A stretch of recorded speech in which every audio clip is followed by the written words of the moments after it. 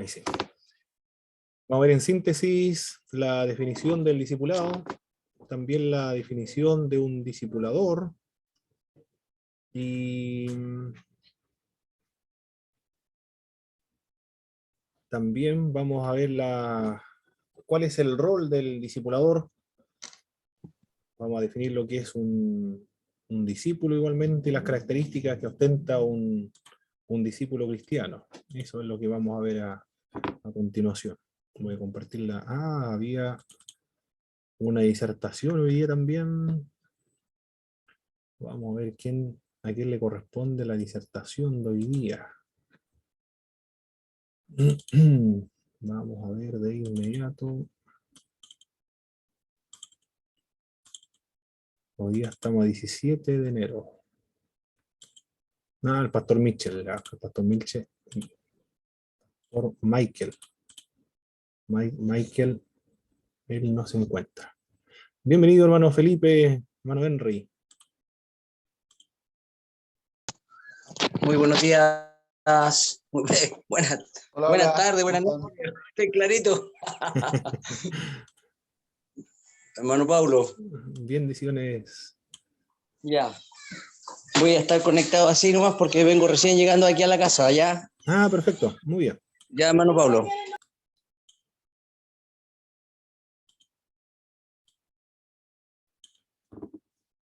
Muy bien, vamos a ver el modelo del discipulado de acuerdo a Jesús de Nazaret, el modelo de Jesús en cuanto al discipulado, que está basado en Marcos capítulo 3, verso del 13 al verso 15. Vamos a buscar ese texto bíblico, por favor, hermano Jorge, si me ayuda con ese pasaje bíblico. Marcos capítulo 3, verso del 13 al verso 15. En ese pasaje bíblico vamos a ver la forma en que Jesucristo discipuló a sus apóstoles, para luego enviarlo a predicar. Vamos a ver qué dice ese pasaje bíblico. Amén. Elección de los 12 apóstoles. Después subió al monte y llamó así a los que él quiso, y vinieron a él. Y estableció a 12 para que estuvieran con él y para enviarlos a predicar, y que tuviesen autoridad para sanar enfermedades y para echar fuera demonios. Amén. Perfecto. Lo llama entonces para que estuviesen con él. Lo primero es para que estuviesen con él y luego para enviarlos a predicar. La relación para que estuviesen con él, con Jesucristo, con los discípulos pasó todo el tiempo. Esa es una de las características del discipulado cuando hablamos del discipulado cristiano. Normalmente, si nosotros conversamos con cualquier hermano de nuestra iglesia o un nuevo miembro de una congregación, la idea del discipulado es de asistir un día a la semana, puede ser, a la iglesia incluso, o al templo, y tomar algunas lecciones que corresponden a los fundamentos básicos de la fe cristiana, como el arrepentimiento, la fe, el bautismo, el juicio final, los dones espirituales, significado de la iglesia, entre otros, lecciones, como los estudios bíblicos, por ejemplo, la escuela dominical o los seminarios bíblicos, teológicos. La idea del discipulado, sin embargo, como lo vemos acá en el modelo de Jesucristo, está esa parte de dar lecciones, pero es mucho más que aquello. No es solamente dar lecciones, sino que tiene que ver con una relación. Pasó tiempo con los discípulos. Por lo tanto, los discípulos podían ver cómo actuaba Jesús de Nazaret. Cuando sanó, dio de comer a las multitudes, los discípulos estaban allí con Jesucristo. Cuando reprendió a los fariseos, los discípulos estaban viendo todo lo que acontecía. Cuando fue a la casa de Zaqueo también, los discípulos lo acompañaban. Cuando tomó el látigo para expulsar a los mercaderes del templo, a los ladrones o personas que extorsionaban, los discípulos estuvieron siempre presentes, estaban con ellos. Y no sé cómo te fue con la mano. También estuvieron en el Sermón del Monte. Estuvieron presentes los discípulos en 4 retiros espirituales.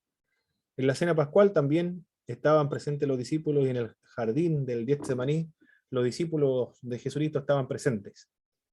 Por lo tanto, el modelo del discipulado de Jesucristo es estar permanentemente o pasar todo el tiempo con los discípulos. Esa es la idea del discipulado de acuerdo al modelo de Jesucristo. Jesús se dedicó a sus discípulos, se dio a conocer a sí mismo, dedicó tiempo a sus discípulos. Se dio a conocer, fue transparente también con los discípulos. Él reconoció estar cansado, no tener dónde reclinar su cabeza. Todo eso fue lo que dijo Jesús a sus discípulos. Los discípulos vieron cuando Jesús o cuando Nazaret rechazó a Jesucristo. Y cuando Jesús derramó lágrimas por Jerusalén, los discípulos vieron todo aquello. Estuvieron con él viendo, aprendiendo y siendo formados por Jesucristo. Juan afirma luego en una de las epístolas, lo que hemos visto, dice Juan, lo que hemos oído, lo anunciamos también a vosotros, lo que hemos visto, lo que hemos oído. Eso es lo que nosotros estamos testificando. El trabajo del discipulado que se debe llevar a cabo en todas las iglesias cristianas evangélicas y en todas las iglesias también cristianas del mundo involucra este factor del tiempo, invertir tiempo en los discípulos. No es una vez a la semana solamente, sino invertir tiempo. Dedicar tiempo, y no solamente dedicar tiempo, invertir tiempo, sino en algunas ocasiones invertir en los recursos también. Todo eso porque consiste en pasar tiempo con los discípulos. Como Jesucristo, de acuerdo al modelo que se logra ver en los evangelios, de Cristo discipulando a sus apóstoles, a sus seguidores. Jesús se interesaba en formar la vida de cada uno de los discípulos a imagen y semejanza suya. Lo que vieron hacer a Jesús, los discípulos también debían hacerlo después. Lo que Jesús enseñaba, ellos también debían aplicarlo. Y el carácter de Jesucristo que lograron ver los discípulos, ellos luego debían imitarlo. Por lo tanto, de acuerdo a este modelo de Jesucristo, del discipulado, no basta con tener una buena doctrina o una sana doctrina. Aunque eso es necesario, por supuesto que sí, pero no es suficiente. Tampoco el profetizar, son dones espirituales. El profetizar para edificar, consolar y exhortar. O echar fuera demonios también, o hacer obras poderosas. Sino lo necesario es la obediencia a la voluntad de Dios. Lo más importante en el discipulado es la obediencia a Jesucristo. La sana doctrina, por tanto, es la doctrina que sana la vida, o que sana el alma, que va acompañada de la imitación a Jesús de Nazaret. Los discípulos, en este sentido, como lo estamos viendo acá, entonces debían reproducir el carácter y la imagen de Jesús de Nazaret en ellos. Jesús se da a conocer a los discípulos, a la vez lo va conociendo a cada uno personalmente, se da a conocer. Primero lo ven como un maestro, como lo podemos ver en el Evangelio de los Evangelios de Juan, en uno de ellos, Juan, el Evangelio de Juan. Y luego, a medida que va avanzando en el conocimiento de los discípulos con Jesucristo, se van dando cuenta que Jesús no es solamente un maestro, sino que alguien más que un maestro. En Mateo, en un momento pregunta Jesús a su discípulo, ¿quién dice los hombres que es el Hijo del Hombre? Y luego Pedro dice, tú eres el Hijo del Dios bendito, o el Dios viviente. Y ahí Jesús le dice, bienaventurado eres Pedro, porque no te lo ha revelado carne ni sangre, sino mi Padre que está en los cielos. Se da a conocer a sus discípulos, lentamente a medida que tiene contacto con ellos. Pero mientras los discípulos están con Jesús, Jesús también crece en el conocimiento con respecto a sus discípulos. Sí, si bien es cierto, Jesús tiene todo conocimiento, porque es Dios, pero también hay que recordar que cuando estuvo encarnado tenía también la naturaleza humana. La naturaleza humana divina de Cristo y la naturaleza humana estaban estaban en esa persona, en una única persona.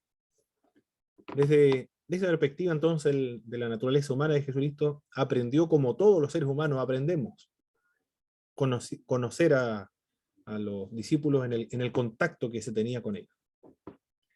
Conoció a Pedro entonces, el sanguíneo, el extrovertido. Pedro, que era una persona bastante impulsiva, primero actuaba y después razonaba. Reprende sus impulsos poco razonados y luego lo encomienda grandes comisiones. Reprende a Pedro y luego lo encomienda. Juan, al principio era una persona irascible, que buscaba el apadrinamiento de su mamá para hacer una petición a Jesús. Le dijo juntamente con su hermano que cuando Cristo viniera en su reino, lo pusiera a uno en su lado derecho y al otro en su lado izquierdo para reinar. Lo conoce a Juan como una persona que se puede moldear. Y luego en la cena lo tiene junto a su lado, lo tiene junto a su corazón. Le confía luego, cuando está Cristo crucificado, el cuidado de su madre. Y ahí le dice a María tu hijo, y luego a Juan le dice ahí tu madre. A Mateo el publicano le acepta comer en su casa en medio de muchos invitados del círculo de sus amistades.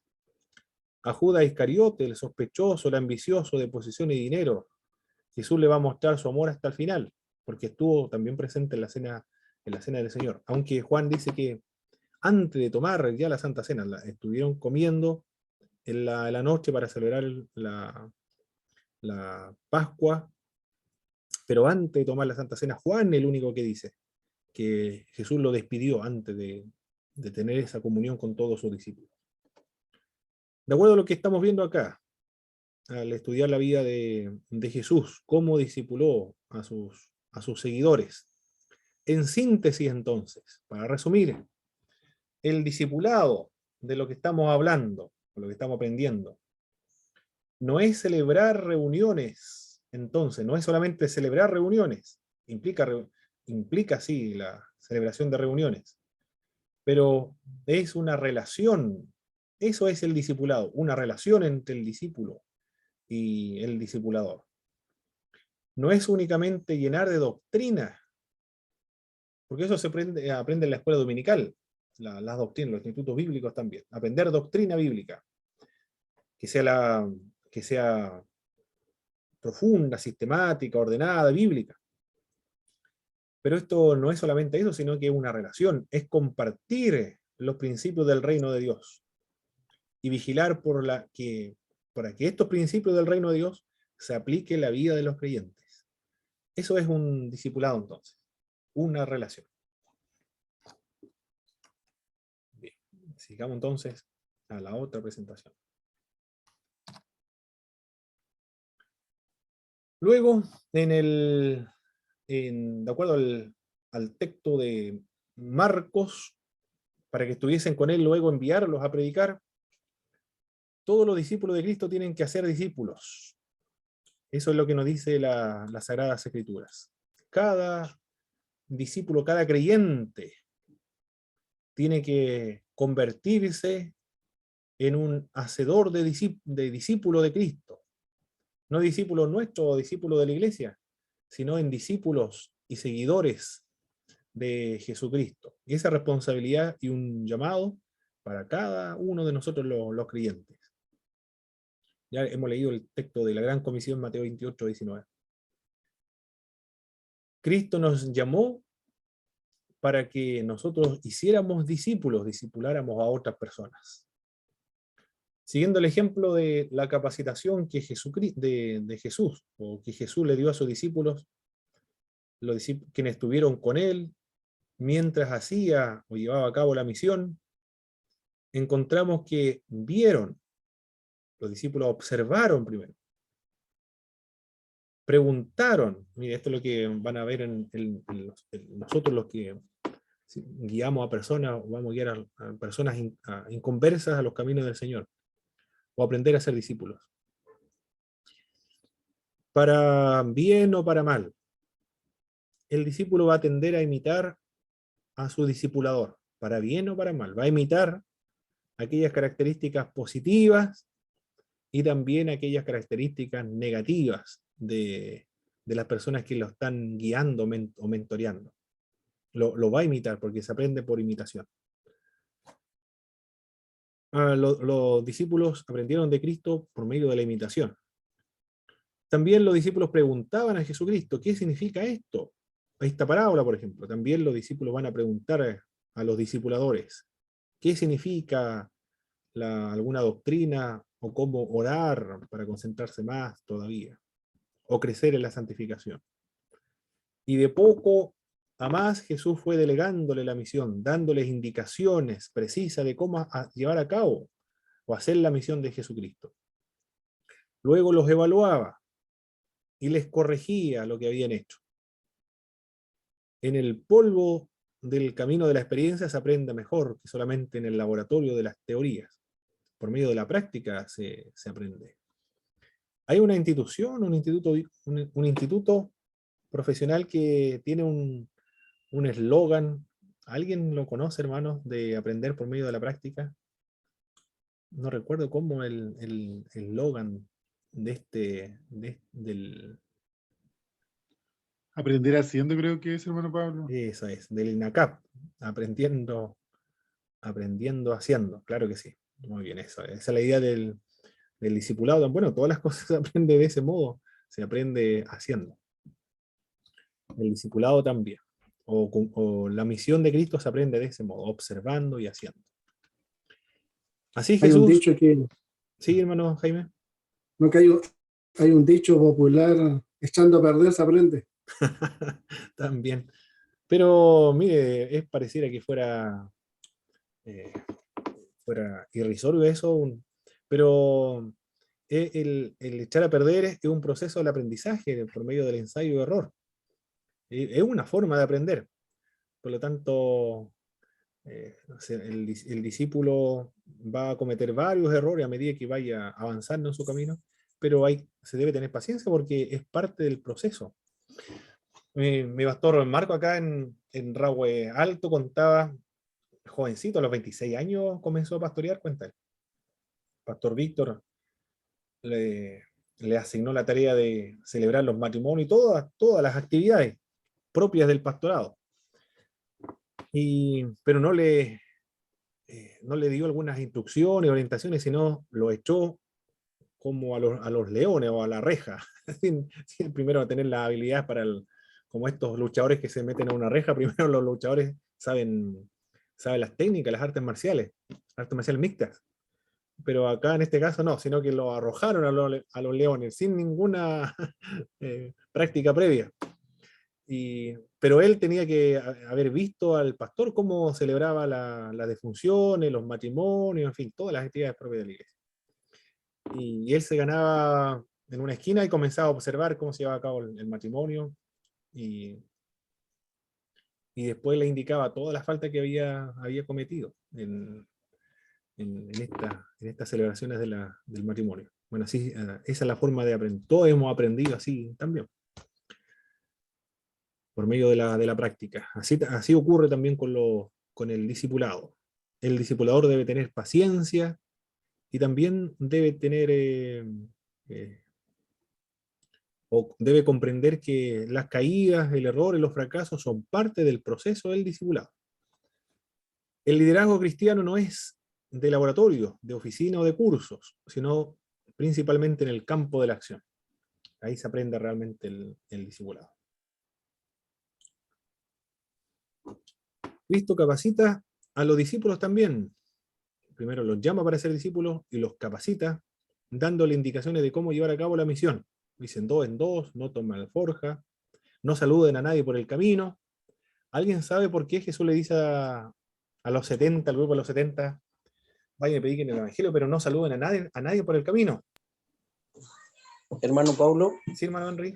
puede ser porque el saludo que ellos acostumbraban era demasiado largo y prácticamente como que tenían que quedarse a dialogar ahí con ellos.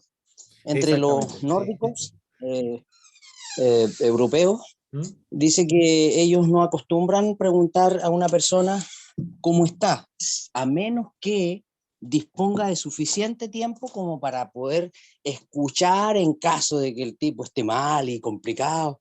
Ahí sí, pero de otro Ah, modo no. Entonces, digo yo, no sé, tal vez puede ser, porque también se lo escuché a alguien, sí, sí, eso así de que es. el saludo de los judíos era un protocolo, digamos, demasiado extenso. Es así. ¿Será? Sí, efectivamente eso es. Esa es la razón por la que le digo que no se la varan a nadie por el camino, porque no recuerdo la cantidad de tiempo, parece que era media hora más o menos el tiempo del saludo. En la cultura mapuche, también el saludo tiene un nombre, este saludo, no recuerdo, Chalín, Pentucucar. Pentucucar creo que es el nombre que le denomina. No sé, no veo que me estoy equivocando, pero tiene un nombre así, Pentecucar, Pentucucar. Y, y bueno, es como una canción el saludo, pero dura como media hora más o menos. Se le pregunta por la casa, por el papá, por la mamá, por los nietos, los sobrinos, por la gallina, por los pollos, por las cosechas, por el año, en fin, pero dura media hora el saludo. Primero pregunta uno, pero va como cantando el saludo y después va respondiendo al otro, le hace la misma pregunta. Una cultura muy antigua donde no tiene tiempo, no anda deprisa, no anda viendo el reloj. Por eso es que hay todo un protocolo, un código de saludo. En la época de los judíos del mismo modo, tenían un saludo muy extenso. Por eso el Y la Señor le dice, implicación práctica de eso sería más o menos abocarse, enfocarse, digamos, en la tarea que se les envió a hacer, ¿no? porque era urgente, esa es. Era muy urgente la tarea de la predicación del Evangelio.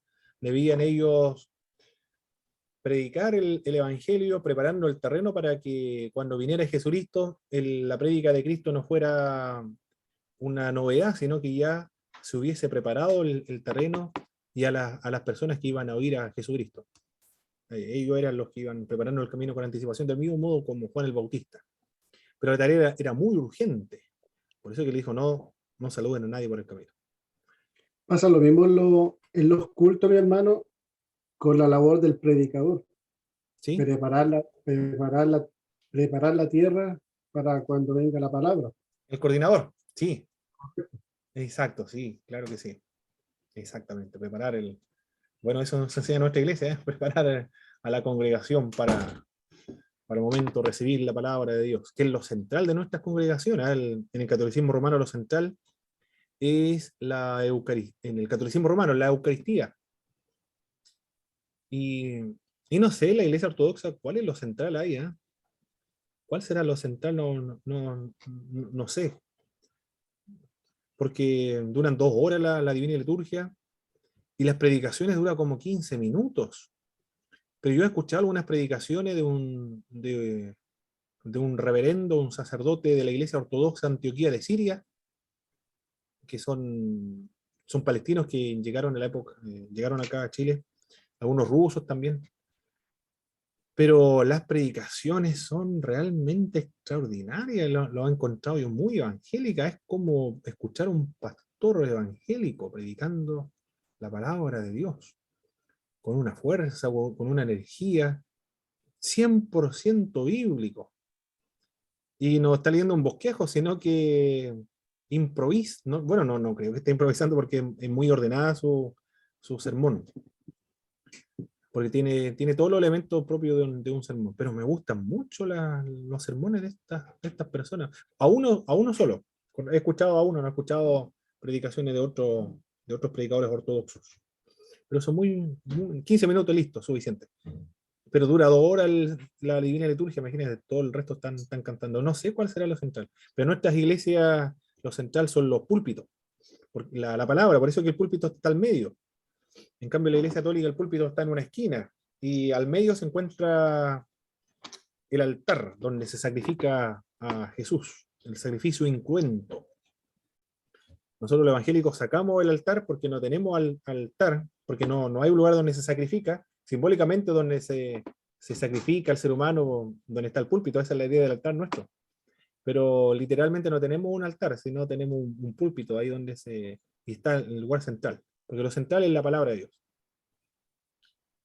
Oye, después recibe reporte, es decir, los discípulos de Cristo dan informe acerca de lo que ha ocurrido a Jesús. Claro, los discípulos quedaron entusiasmados porque expulsaron demonios, predicaron el evangelio, sanaron a los enfermos, imagínense, quedaron impactados los discípulos por todo lo que, como el Señor le acompañó. Claro, el Señor le dijo que se gocen más bien que su nombre está inscrito en el libro de la vida de los cielos. Y luego los evalúa, dando algunas correcciones. Todo esto lo vemos en Lucas capítulo 10.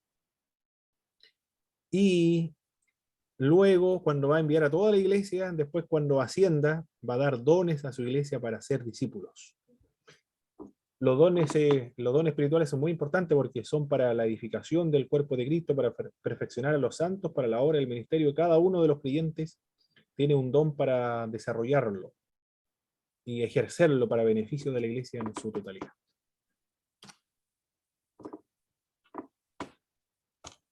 La delegación, Cristo primero llama a los discípulos para que estén con él, luego los envía a predicar, luego le delega las responsabilidades de ellos, continuar la labor que Cristo emprendió aquí en la tierra.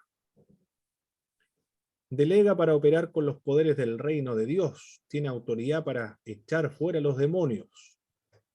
Los discípulos de Cristo continúan proclamando el reino de Dios. El mensaje de los sinópticos, de los evangelios sinópticos, se le dice sinóptico. ¿Por qué se le dice sinóptico, hermanos? A ver, en los que han pasado evangelios sinópticos, el hermano Jaime, el único que ha pasado, parece. No veo otro hermano acá. Sinóptico, ¿por qué se le denomina sinópticos?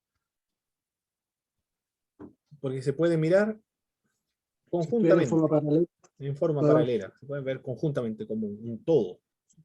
Solamente los tres, Lucas, Marcos y Mateo. Mateo, claro, exacto, porque Juan ya no se puede mirar conjuntamente junto con lo otro porque es de otra característica, es más teológico, más profundo, muy, muy diferente a estos tres primeros evangelios.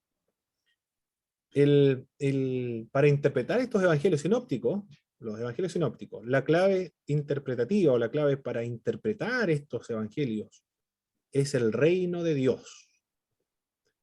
Eso se debe tener muy presente, el reino de Dios. Todo lo que... Mi hermano, ¿Sí, hermano Michel? consulta, antes de que Jesús le diera su autoridad de poder echar fuera demonios, las personas o los hijos de Dios no podían echar fuera demonios hasta ese momento. ¿Desde ahí pudieron hacerlo? Claro, en los creyentes, siendo cristianos, no hay un texto bíblico donde hayan expulsado demonios con anterioridad. Hay, sin embargo, antecedentes, pero no cristianos, sino judíos, que también expulsaban demonios, o los denominados exorcistas, que había multitud de exorcistas expulsando demonios. No sé si lo habrán expulsado de verdad o no, pero se decía, y en todas las religiones hay de estas exorcistas.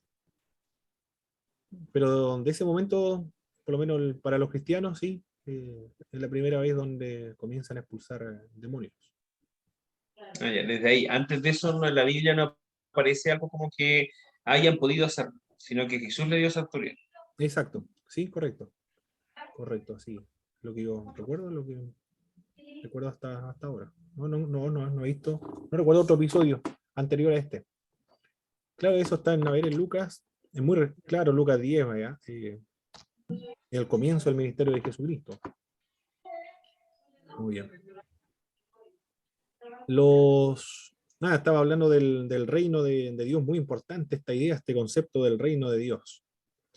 El reino de Dios es el gobierno de Dios en la tierra y corresponde a los acontecimientos finales que fue profetizado por los antiguos profetas, que consiste en la liberación de los espíritus demoníacos. Las personas van a ser sanadas, van a haber resurrecciones de muertos, corresponde a la era del Espíritu Santo, corresponde al momento en que las personas van a ser liberadas, los pobres se les predica el Evangelio. Y esa es la idea del reino de Dios. Todo eso ocurrirá cuando venga el reino de Dios. también de los banquetes, donde los banquetes, la característica de los grandes banquetes es que siempre hay sobra, porque la alimentación es muy abundante. Esas son las características del reino de Dios. Los sinópticos, cada uno de los detalles que presentan y las acciones y enseñanzas de Jesucristo tiene que ver con el reino de Dios, para indicar que el reino de Dios ha llegado. Por eso sana a los enfermos, porque en el reino de Dios, cuando se establezca, no habrá enfermedad. Por eso resucita a los muertos, para indicar que el reino de Dios ya ha llegado, porque cuando llegue el reino de Dios, los muertos van a resucitar.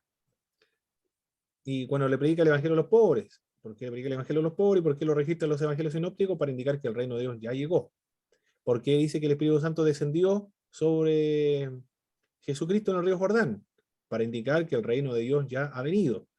También el reino de Dios se caracteriza por la prisión de Satanás y la desestabilización del poder satánico. ¿Por qué los evangelios sinópticos dicen que en Lucas 10, de hecho, Lucas 10, cuando llegaron los informes de los discípulos de Cristo, cuando expulsaban demonios, Jesús dice, yo vi caer a Satanás, lo vi caer o lo vi descender. Lo que está indicando que el poder del diablo está descendiendo. Y Cristo ha atado al hombre fuerte y ha comenzado ahora a saquear su casa, que es el mundo de los incrédulos. Todos estos elementos, todas estas enseñanzas, tiene que ver con que el reino de Dios ya ha venido. Y esa es la finalidad por la cual se escriben los evangelios sinópticos, para indicar que con Cristo el evangelio del reino de Dios ya ha llegado. Es invisible, es espiritual. No se ha consumado, porque todavía falta el otro reino de Dios, que es político, es terrenal, pero eso va a ocurrir durante el milenio. Por lo tanto, nosotros, los creyentes ahora, estamos en esta etapa del reino presente inaugurado con Jesucristo, pero se va a consumar con la segunda venida de Cristo. El comienzo del reino de Dios se inaugura con la primera venida y bueno, no podemos decir que concluye con la segunda venida, pero un aspecto del reino de Dios concluye con la segunda venida, porque después de la segunda venida viene el reino milenial, que es político o terrenal. Sigue siendo espiritual, por supuesto, pero ahora es visible, es político, es terrenal, gobernando desde Jerusalén a todas las naciones. Y después viene el reino eterno, cuando ocurre el juicio final ante el gran trono blanco. Los discípulos entonces continúan proclamando el reino de Dios. Muy importante proclamar a la gente que el reino de Dios ya está presente, no tiene que esperar otro reino de Dios, ni tampoco nosotros lo vamos a establecer, porque ya se estableció con Cristo. Y Él lo va a establecer, el visible político, con su segunda venida. Por eso le da autoridad para expulsar demonios, para indicarle que el reino de Dios ya ha venido. Para echar fuera los poderes y señales del reino de las tinieblas. ¿Cuáles son las señales y los poderes del reino de las tinieblas? La mentira, por ejemplo. La injusticia. Por eso le dice que diga la verdad. No juren ni por el cielo ni por la tierra, simplemente diga la verdad. Las injusticias. ¿Por qué los creyentes deben practicar la justicia? Porque son representantes del Dios de justicia. Y porque hemos sido justificados. La violencia también. No devuelvan mal por mal, sino devolver o transformar la maldad por medio del bien, devolver el mal con el bien. Se caracteriza por la corrupción. Cuando se convierte, no recuerdo, cuando dice lo devolveré triplicado, todo lo que ha robado. Zaqueo creo que se llama, no recuerdo el nombre específicamente quién que dice cuando se convierte es un publicano, se convierte a Cristo, dice va a devolver triplicado. La corrupción, olvido de los marginados, los indefensos, estamos hablando de los vulnerables de la sociedad. La ley judía del Antiguo Testamento protegía principalmente a los más débiles de las sociedades, al pobre, al huérfano, a la viuda, al desamparado, al extranjero, 5 personas, al pobre, a la viuda, al huérfano, al desamparado, al extranjero. Pero estos son ejemplos paradigmáticos. No solamente se debe defender a estas 4 o 5 clases de personas, sino a todos los que están en necesidad. La ley del Antiguo Testamento protege especialmente a estas personas, son los pobres. El Nuevo Testamento es lo mismo. Por eso en la teología de la liberación habla acerca de la opción preferente por los pobres. Claro, es más política esta idea, más académica, más intelectual, la teología de la liberación. Solamente las que la comprenden, de hecho, son aquellos que han estudiado la teología, la pueden comprender bien, pero no puede llegar a la gente común y corriente, a los pobres. Por eso es que hay un chiste que dice que la teología de la liberación tiene la opción preferente por los pobres, pero los pobres prefirieron, en América Latina estamos hablando, pero los pobres prefirieron a los pentecostales. Es decir, no adscribió a la teología de la liberación, más bien adscribieron o se traspasaron del catolicismo romano, se pasaron a las iglesias pentecostales en América Latina. Claro, aquí no es solamente temas políticos o cambios estructurales, sino que hay una necesidad del alma, que es la necesidad de tener comunión con Cristo, experimentar las cosas espirituales, ¿no? Sí, hermano Jaime. Sí, cuando usted lee el punto número, la letra A, para echar fuera los poderes y señales del reino de las tinieblas, mentira y justicia. Es lo mismo que hizo Jesús en Nazaret cuando él es rechazado en Nazaret. Cuando se le invita a leer las escrituras en la sinagoga por primera vez y lee los pasajes del profeta Isaías. Y ahí deja de manifiesto que él viene y dice que el Espíritu del Señor está sobre mí, por cuanto me ha ungido para dar buenas nuevas a los pobres, me ha enviado a sanar a los quebrantados de corazón, a pregonar libertad a los cautivos, vista a los ciegos, etcétera, etcétera. Entonces ahí Jesús deja manifiesto el reino de Dios ya está en medio de los hombres. Así es, sí, así es. El reino de Dios ya está en medio de los seres humanos, ¿eh? Hoy se ha cumplido esta palabra delante de ustedes, le dijo Jesucristo a la gente que estaba congregada en la sinagoga, ¿eh? Uy, que debió haber sido extraordinario eso, ¿no? El haber escuchado hoy se ha cumplido esta palabra delante de ustedes, lo que había profetizado 740 años antes de Jesucristo, el profeta Isaías. Isaías profetizó 740, 700 antes de Cristo. 700 años, ¿eh? Se está esperando ese momento y ahí se cumplió delante. Algunos creyeron, otros no creyeron. Los que pero hubieron gente que creyó, ¿eh? Y toda clase de maldad que es el fruto del diablo. Esto se toma como echar fuera los poderes y señales del reino de las tinieblas. Esto ya estamos hablando aquí de cambios estructurales, hermanos, de la injusticia, mentira, violencia, corrupción, olvido de los marginados, indefensos, toda clase de maldad. Hay un autor que se llama Gustavo Gutiérrez de la Teología de la Liberación. Se ha acusado la Teología de la Liberación de ser política, pero y se han malinterpretado también, no sé si a Gustavo Gutiérrez o a otros, yo he leído solamente a Gustavo Gutiérrez, no he leído a otros.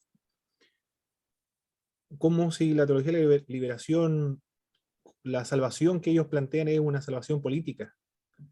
Pero Gustavo Gutiérrez en su libro dice que Cristo nos salvó a nosotros del pecado y de las consecuencias del pecado. ¿Cuáles son las consecuencias del pecado? Mentira, injusticia, violencia, corrupción, olvido de los marginados, indefensos y toda clase de maldad, que son las consecuencias del pecado. Por lo tanto, la salvación para él no es una salvación política, sino que es la salvación del pecado. Y como consecuencia, se tratan de solucionar todos estos conflictos, estos problemas del pecado. ¿Qué es lo que propone el discipulado cristiano? Y lo que proponen también la apologética cristiana. El cristianismo, la fe cristiana, propone un cambio cultural. Este cambio cultural lamentablemente lo han llevado a cabo muy exitosamente un grupo muy minoritario de la población mundial, 1-2% más o menos. No sé si quizá alguien tenga un dato superior a eso, ¿no? Pero me imagino que debe ser muy poco, 1-2% de la población homosexual, el movimiento LGTB y no sé cuántas otras letras más tiene. pero han sido muy hábiles, muy efectivos en producir un cambio cultural. Es decir, personas que antes se espantaba del homosexualismo y ahora resulta que ya lo acepta como una alternativa viable o posible. La fe cristiana tiene que hacer eso, el cambio cultural, una transformación cultural, que, que la cultura, el pueblo, la nación, la sociedad, las leyes cambien, sean transformadas con los principios del Evangelio. Claro que eso se hace con el discipulado, si no hay discipulado no se puede llevar a cabo una transformación como esa, de aplicar los principios del reino de Dios en todas las áreas de la vida, en cualquier actividad que nosotros realicemos. Hay políticos cristianos, pero no estoy seguro si habrán sido instruidos o discipulados las doctrinas básicas, o por lo menos las implicancias sociales del Evangelio, las implicancias políticas, económicas, culturales del Evangelio. Sería magnífico aquello, ¿eh? Ahí se podría transformar. Pero esa es la idea del discipulado, una transformación total. Los apologistas Mi hermano, tratan de hacer eso, un cambio cultural, preparar el terreno para el trabajo de la evangelización. ¿Sí, hermano Jaime? sí, bueno, yo también lo que usted habla, yo lo he pensado, lo he analizado en este último tiempo. Creo que el cambio cultural de nuestra sociedad y sobre todo, bueno, donde yo vivo, es porque hay una falta de compromiso de la iglesia. Si usted ve en la sociedad y sobre todo este tiempo, último tiempo de pandemia que llevamos prácticamente 2 años, todo esto, el estudiante o el joven, el niño, lleva más tiempo en las redes sociales, en el internet. No hay una educación, no hay una secuencia, no hay un aprendizaje con ganas de aprender. Y esto es una responsabilidad de la iglesia en que no se invierte en la enseñanza bíblica o en el discipulado, como se quiera llamar. Cuando no se está enseñando, usted a corto, mediano, quizá mediano plazo, la base de la iglesia va a ser una base muy inestable, porque la iglesia se va envejeciendo con las doctrinas que ya se han aprendido y quizás algunas medias torcidas, y la base se está poniendo inestable, porque ya el pensamiento de la cultura de nuestra sociedad ya ha ganado terreno. Ya hoy día lo vemos en las leyes que ya se están implantando en nuestra sociedad, en las cámaras en la Cámara del Legislativo. Entonces, vemos que la iglesia ha dejado un poco la doctrina de la enseñanza. Y si usted ve la enseñanza, más que nada una escuela dominical, estamos hablando de 1 hora o 2 horas semanales. Entonces, acá hay una gran responsabilidad de los padres de familia, de la familia y de los cercanos también, para alimentar muy en especial a los niños y a los jóvenes, para que la iglesia en un futuro tenga una base sólida, si no la iglesia va a quedar inestable con todos los problemas que está sucediendo. Perfecto, así, hermano Jaime. Muchas gracias. Hermano Pablo, Hermano Jorge, adelante.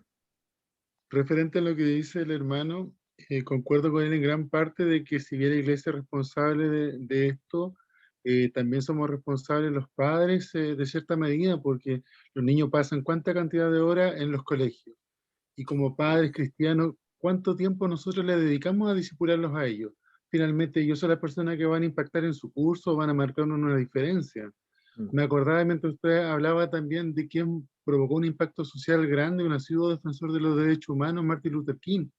Entonces, quizás necesitamos líderes que tengan convicciones reales y que puedan impactar a esta sociedad también. Perfecto. Sí, mire, no me acuerdo dónde, si lo habré leído, lo habré escuchado en alguna parte.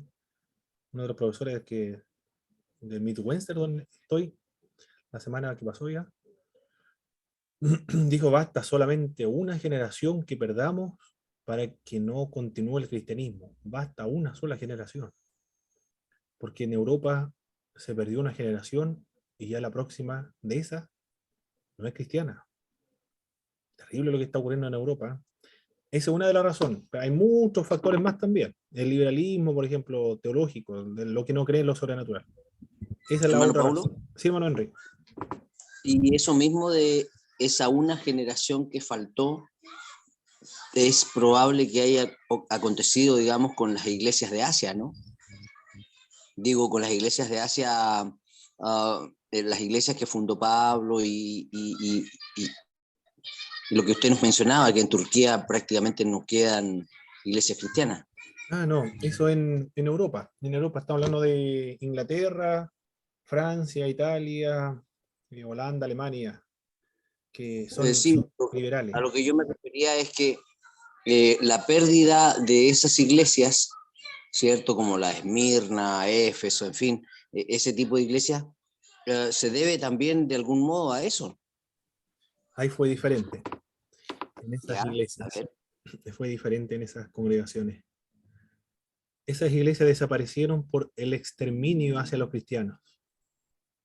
Y todavía existen muy minoritarias, que es la iglesia ortodoxa, pero muy minoritaria, Armenia también, pero muy pequeños, los arameos, los caldeos, son los otros, los asirios. Miren, estamos hablando de armenios, caldeos, asirios, arameos, que son la iglesia siriaca, Antioquía de Siria, en Turquía, y en Asiria también. Ellos están distribuidos en Turquía, en todos esos sectores. Pero esas iglesias desaparecieron por el exterminio. Queda un grupo muy reducido, pero están ahí. Los musulmanes son los que arrasaron con ellos. Correcto. Y Ahora, lo otro, bueno, usted lo había mencionado antes. sí. ¿Sí, hermano Jaime? Sí, lo otro, mi hermano, nosotros como sociedad, nosotros estamos acostumbrados a tener presión en nuestras vidas. Cuando se quiere obtener algo, tiene que haber presión dentro de la persona.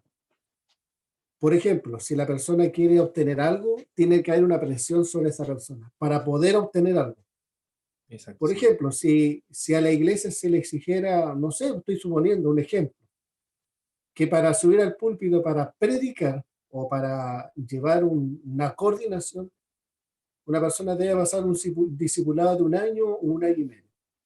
Entonces, hay una presión de por medio, que sí o sí tiene que pasar por el discipulado.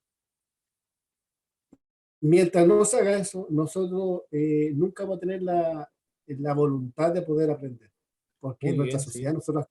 nosotros actuamos así bajo presión para Sí. obtener algo. Saca lo mejor de uno, sí, verdad eso, ¿eh? Es verdad. Yo tenía un colega, de acuerdo a lo que dice usted, tenía un colega que era carabinero trabajando de seguridad en Dream Hotel, Dreams Temuco, en casino. Y él andaba siempre corriendo, desesperado, medio gritando, porque decía él que funcionaba bajo el rigor. Entonces andaba estresando a todo el mundo, porque la única manera que él podía funcionar bien, decía, bajo el rigor. Es verdad, la presión, sí, la presión saca lo mejor de uno, ¿no? Yo me he dado cuenta de los trabajos de investigación que he realizado para la Global University, por ejemplo, Fatela, teniendo que cumplir con los trabajos monográficos un tiempo. Entonces la presión hacía surgir esos trabajos de investigación.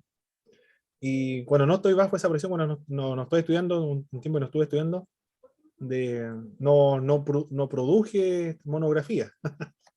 Las monografías se producían bajo la presión externa, las tesis también. Si uno está bajo la presión, no producen ninguna tesis, nada. Tiene que tener la presión. Y eso es lo que hoy día pues yo lo veo cuando trabajaba, lo veía la presión sobre los jóvenes. Cuando no había presión en los jóvenes estaban sentados, no se les ocurría nada. O sea, no tenían la capacidad de decir, puedo hacer esto, avanzar en esto otro, o sencillamente decir, podría adelantar algo. Mientras no tenga la presión, la persona no va a hacer nada, va a quedar inerte. Pero si usted no le da una orden de hacer algo, lo hace. Pero tiene que estar encima como una labor de control y fiscalizar para que las cosas salgan bien.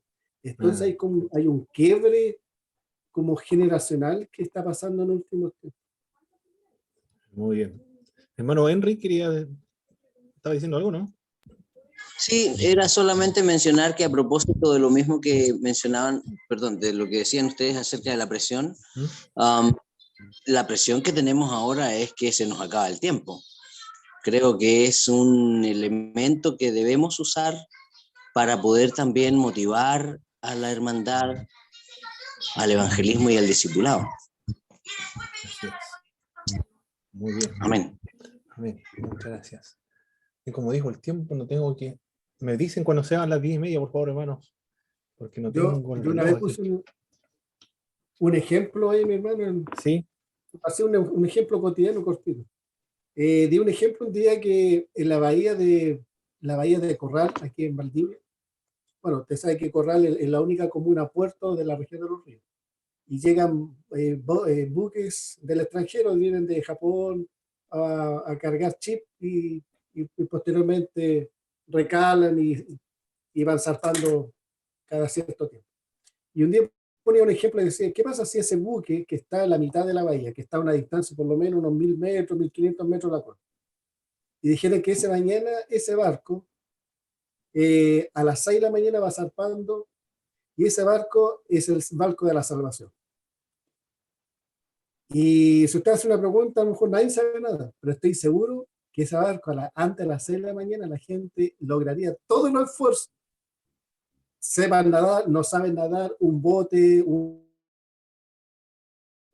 remo, un plumaví, lo que sea, tratar de esforzar para llegar al barco. Ahí estamos bajo presión. Y lo que bien dice mi hermano Bendy, queda poco tiempo y ese tiempo hay que aprovecharlo. Sí, muy bien. Incluso nuestra vida, nuestra vida pasan rápido. Eso bien, excelente. Muchas gracias por su aporte, mis estimados hermanos. Íbamos a la punto B ahora. Los discípulos denuncian, combaten y presentan alternativas sanadoras a toda esta maldad. Este es el punto B. La iglesia o los discípulos cumplen la labor profética del Antiguo Testamento, es decir, denunciar las injusticias, porque somos representantes de un Dios justo. A delegar autoridad del reino, Jesús quiere que los discípulos penetren todo ángulo social con los principios del reino de Dios, donde viven y donde se muevan, es decir, permear la sociedad.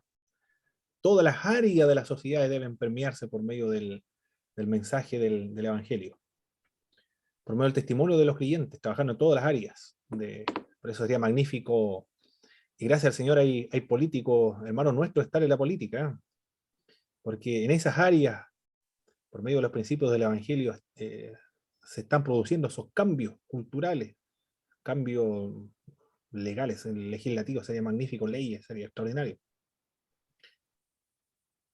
Jesús sanó toda enfermedad y toda dolencia en el pueblo. Todo dolor del pueblo, Cristo lo sanó. Y es lo mismo que le pide a sus discípulos, calmar los dolores de la gente.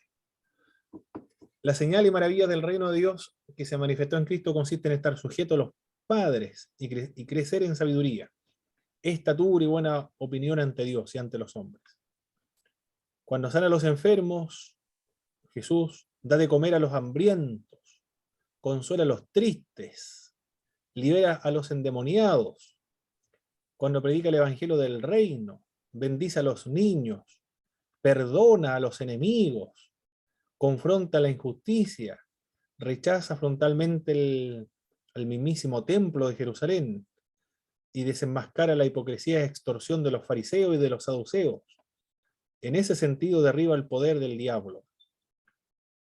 Graves problemas afectan actualmente a la sociedad: la drogadicción, el narcotráfico, la violencia, la corrupción administrativa, rompimiento del vínculo matrimonial, la degradación sexual, en la música, las modas, en los anuncios comerciales, la politiquería que engañan al pueblo en tiempo de elecciones, políticas económicas que sacrifican las necesidades sociales, En fin, las estructuras dominantes, públicas, privadas, sindicales y aún religiosas que explotan a los demás. Todos son destrucción del medio ambiente.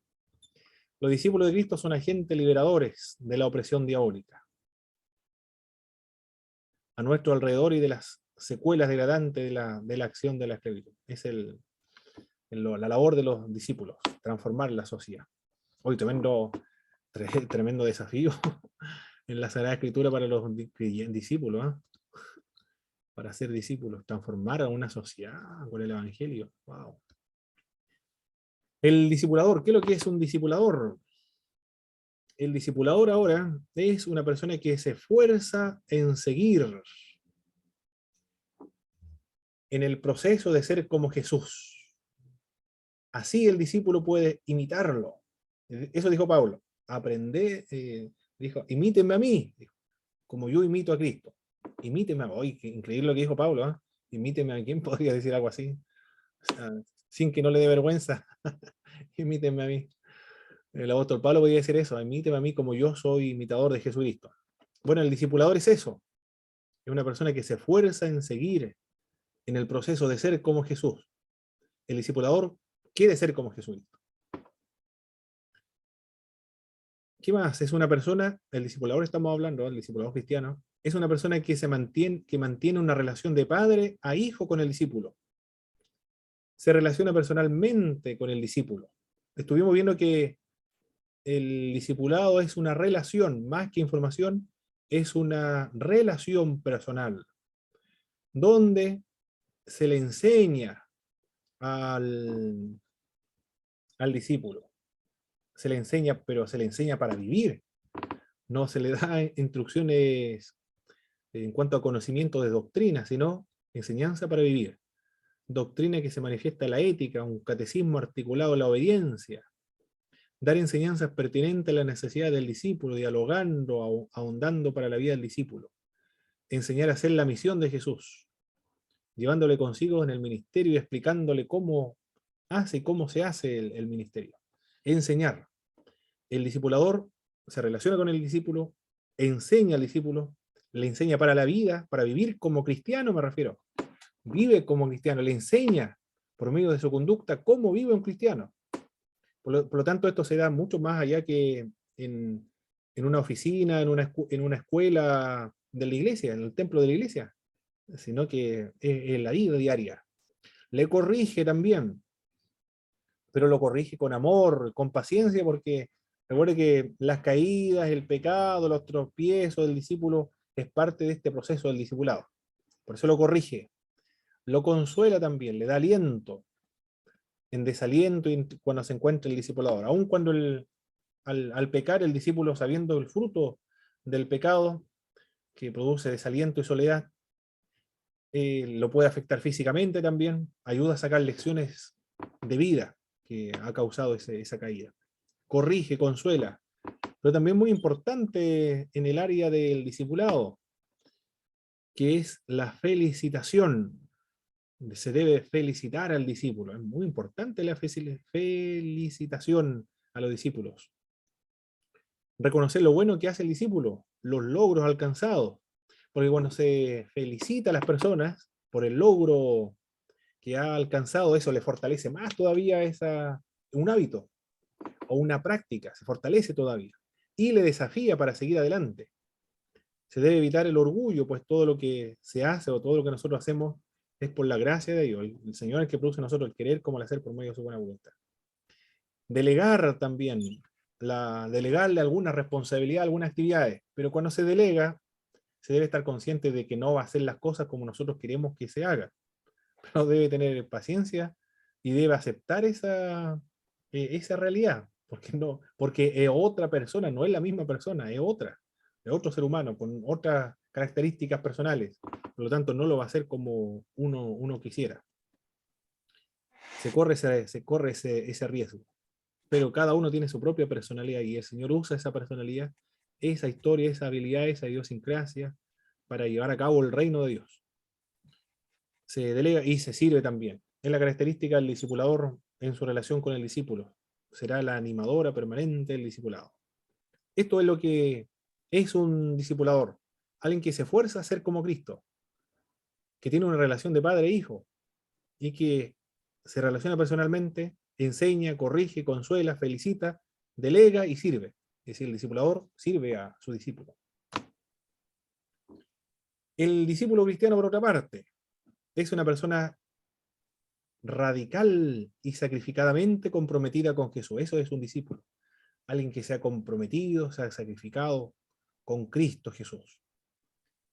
Pone en segundo lugar su interés. Mire, estamos hablando de un discípulo. Pone en segundo lugar sus intereses personales. Sus seres amados. Increíble, ¿eh? Sus seres amados, incluso. Sus seres amados. Y aún su propia vida. Bueno, eso dijo el Señor Jesucristo, que hay que amar a Cristo más que nuestra propia vida. Jesús es prioridad entonces, y la primera pasión del discípulo cristiano.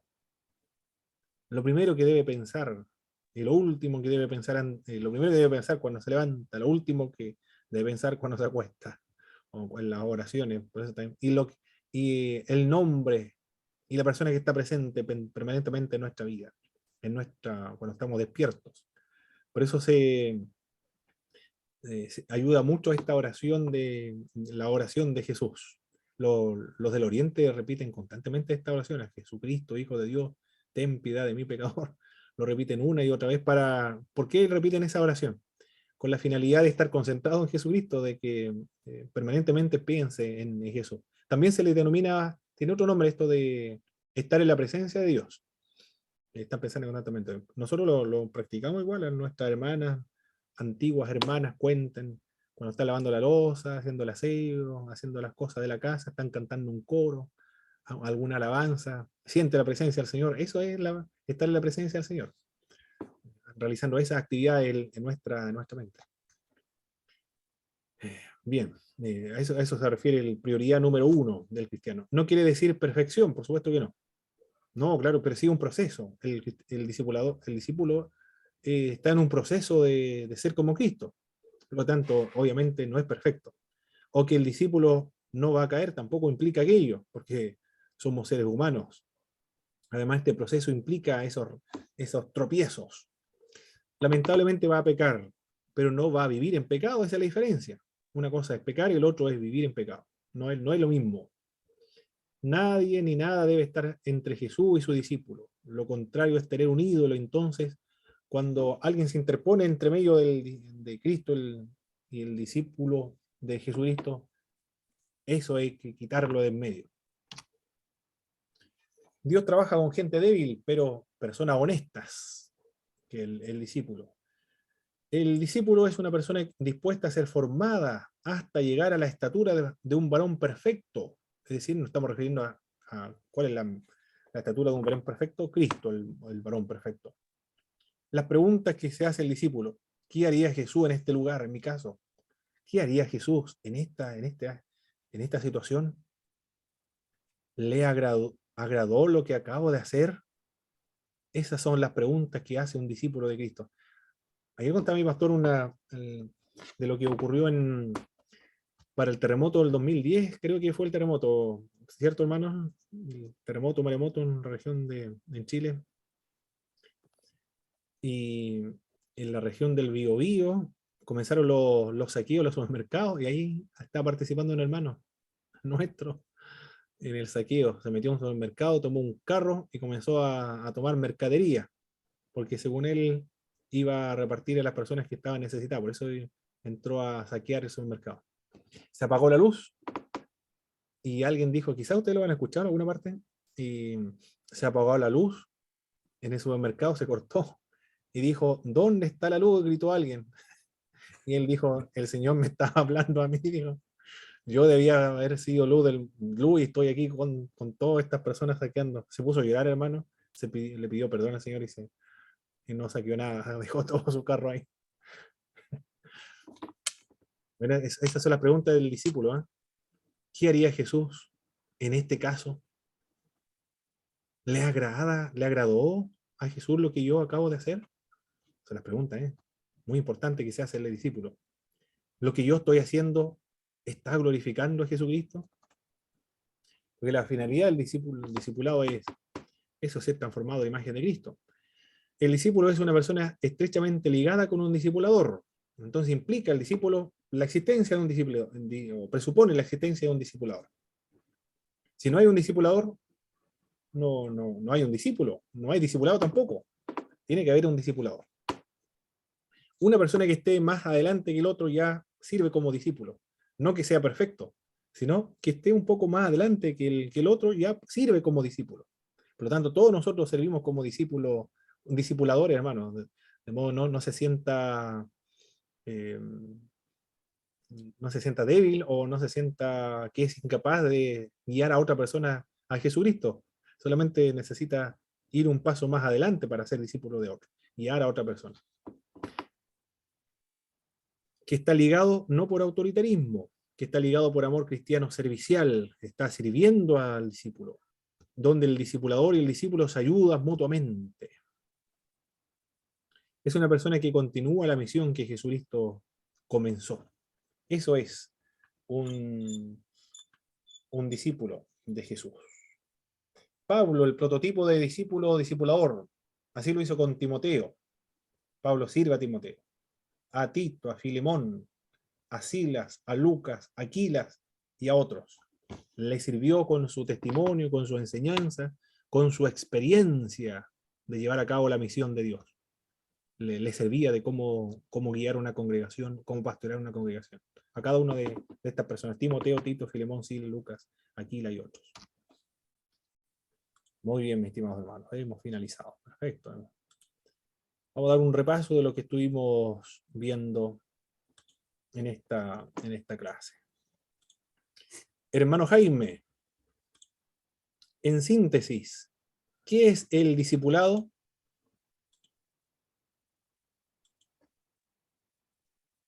No sé si usted estuvo en esa primera parte. Parece que yo después. Sí, llegué después. Parece que sí, ¿eh? Hermano, entonces, hermano Mitchell. En síntesis, ¿qué es un discipulado? Es una relación. Exactamente, es una relación entre el discipulador y el discípulo. No es simplemente celebrar reuniones, sino que es una relación. No es llenar de doctrina a una persona, sino es compartir los principios del reino y vigilar que se obedezcan los principios del reino. Eso es el discipulado. Muy bien. Hermano Felipe, ahora, de la definición de un discipulador. ¿Qué es un discipulador?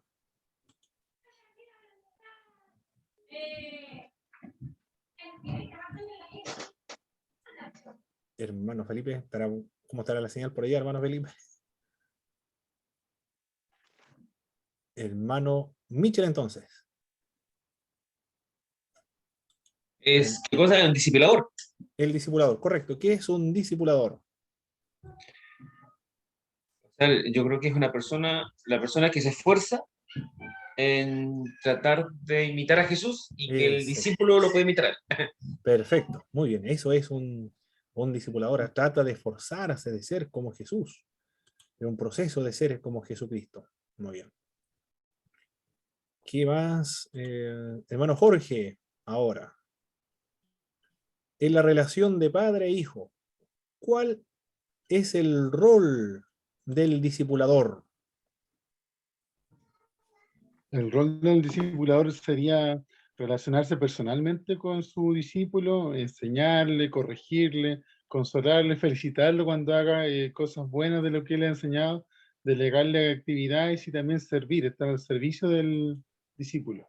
Excelente, muy bien. Ese es el rol nuestro, es nuestro rol como discipuladores de otras personas que están caminando recién en los caminos del Señor.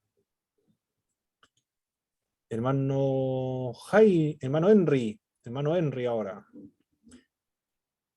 ¿Cuál es la definición que estuvimos viendo de discípulo? ¿Qué es un discípulo?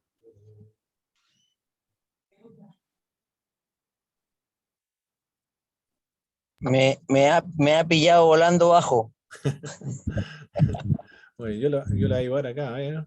Es una persona que está comprometida, está comprometida con Jesucristo de manera radical, ¿eh? Comprometida con Jesucristo. Cristo lo ha puesto en primer lugar en su vida. Eso es un discípulo. Ahora, ahora sí, hermano Jaime, ¿cuáles son las características? No, esa es. La característica de un discípulo, sí. La característica de un discípulo. Vamos allá entonces. Característica puede ser dejar su propia vida, puede ser dejar sus intereses propios, personales de lado, incluso hasta su propia familia, en pos de Cristo. Perfecto. No significa perfección, ¿eh? O que no va a pecar, sino que no va a vivir también en pecado. No va a vivir en pecado. Por eso le dice el apóstol Pablo, si alguno dice que no ha cometido pecado, el tal es mentiroso, la verdad no está en él. Pero si alguno comete pecado, abogado tenemos para con el Padre Jesucristo el justo, él es la propiciación por nuestros pecados. Y John Wesley toda noche se presentaba ante el trono, no ante, ¿cómo decía él?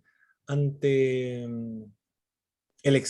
ante el trono de su conciencia, o ante el tribunal decía, ante el tribunal de su conciencia, para recordar los pecados que había cometido en ese día y que el Señor los perdonara para poder dormir tranquilo, decía John Wesley.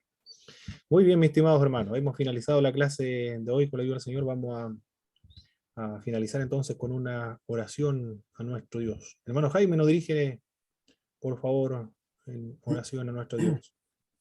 Amén. Eterno y amado Dios, por medio de su Hijo, nuestro Señor Jesucristo, damos gracias por darnos vida, por concedernos salud. Gracias por tu amor, por tu misericordia. Gracias por permitirnos conectarnos a través de esta plataforma virtual para escudriñar y aprender de su palabra. Rogamos en esta hora, mi amado Señor, que usted bendiga nuestras vidas, protege nuestras vidas, a cada uno de nosotros, como también a vuestra familia. Le ruego también, mi amado Señor, por el que está en necesidad, a los huérfanos, la viuda, como también el extranjero que está en nuestro país. Sea usted teniendo misericordia con cada uno de ellos. Le ruego también, mi amado Señor, que usted pueda derramar bendición sobre nuestras vidas, el conocimiento, la sabiduría y la gracia para poner por obra lo que usted nos está enseñando cada día. Gracias, mi amado Señor, en el nombre de Jesús, nuestro amado Salvador. Amén. Amén. Muy bien, hermanos, muchas gracias. Dios le bendiga y le guarde, mi estimado